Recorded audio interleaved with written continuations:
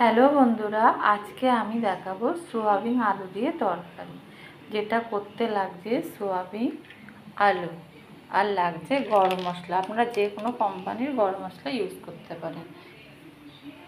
আর লাগছে কুচনো পেঁয়াজ, আর লাগছে আদা রসুন। আমি রসুন একটা ছোট্ট একটা রসুনকে ভালো করে ছাড়িয়ে নিয়েছি।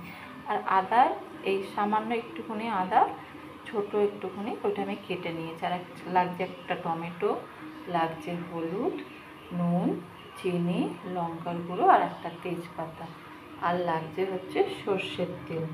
আমি সবার প্রথমে করেছি কি, প্রথমে গ্যাসটা জ্বালিয়ে আমি একটা পাত্রের মধ্যে গরম জল বসিয়ে দিয়েছি।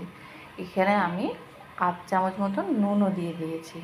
আমি এতে এবার এই সোয়াবিনগুলো যেটা রাখা রয়েছে সেই সোয়াবিনগুলো এই গরম জলের মধ্যে দিয়ে দেবো সেদ্ধ হতে।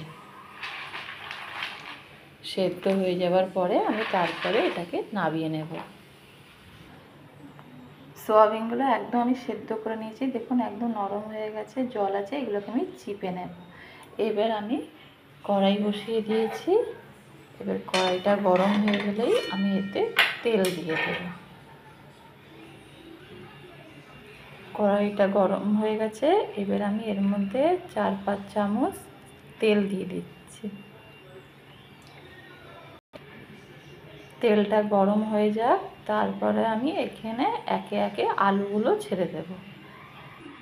তেলটা আমার গরম হয়ে গেছে, এবার আমি এতে আলুগুলো ছেড়ে দিচ্ছি।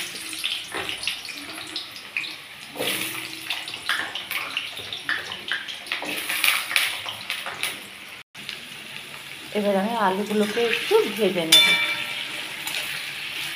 এর মধ্যে আমি একটু সামান্য নুন আর সামান্য হলুদ দিয়ে একটু লাল করে ভেজে নিচ্ছি।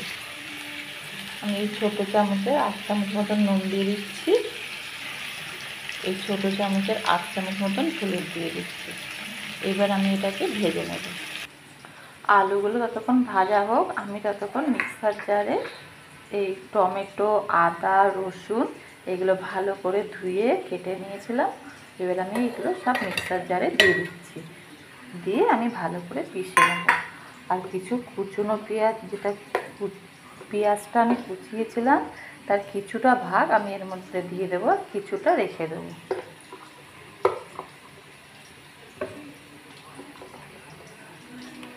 আমি দিয়ে দিয়েছি কিছুটা ভাগ, আর কিছুটা ভাগ এতে আমি রেখে দিয়েছি। এবার আমি এটা ভালো করে একটা পেস্ট তৈরি করে নেব।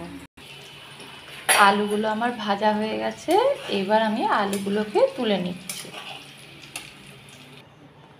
আলুগুলো আমার ভাজা হয়ে গেছে, এই যে তুলে নিয়েছি। এবার আমি ওই তেলের মধ্যে একটা তেজপাতা ফোড়ন দিয়ে দিলাম, আর ওতে আমি যে কুচনো পেঁয়াজটা রাখা ছিল সেটাও আমি এই তেলের মধ্যে দিয়ে দিলাম। এবার আমি এটাকে একটু লাল করে ভেজে নেব, যাতে পেঁয়াজগুলো পুড়ে না যায়। পেঁয়াজটা আমার ভাজা হয়ে গেছে, এবার আমি এতে যে মিক্সার জারে যে পেস্টটা করেছিলাম সেটা আমি এর মধ্যে ঢেলে দিচ্ছি।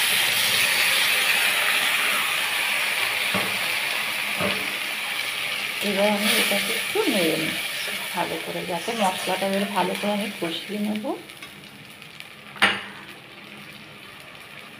এর মধ্যে আমি একটু সামান্য চুটকি ভর চিনি দিয়ে দেবো, যাতে এটা কালারটা ভালো আসে।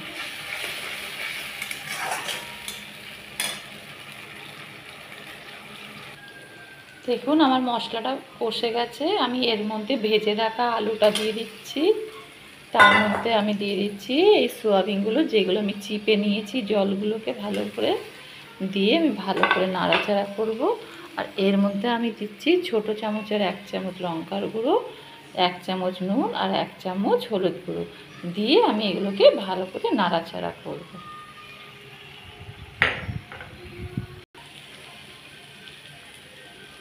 আমার এটা নাড়াচাড়া হয়ে গেছে, এবার আমি এতে 1 কাপ মতন জল ঢেলে দিচ্ছি। তার কারণ হচ্ছে আলুটাও ভাজা হয়ে গেছে ভালোভাবে, সোয়াবিনটাও আমার সেদ্ধ আছে, সেই জন্য বেশি জল দেব না। এবার নেড়ে চেড়ে আমি এটাকে ফুটতে দেবো, তাহলেই আমাদের তৈরি হয়ে যাবে।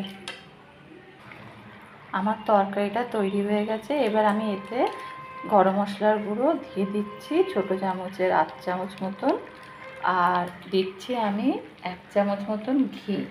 এটা অপশনাল, আপনারা দিতেও পারেন নাও দিতে পারেন। আমার তাহলে পুরোপুরি তৈরি হয়ে গেছে তরকারিটা। দেখুন তাহলে আমার তরকারিটা পুরোপুরি তৈরি হয়ে গেছে। তাহলে আজকে এই পর্যন্তই।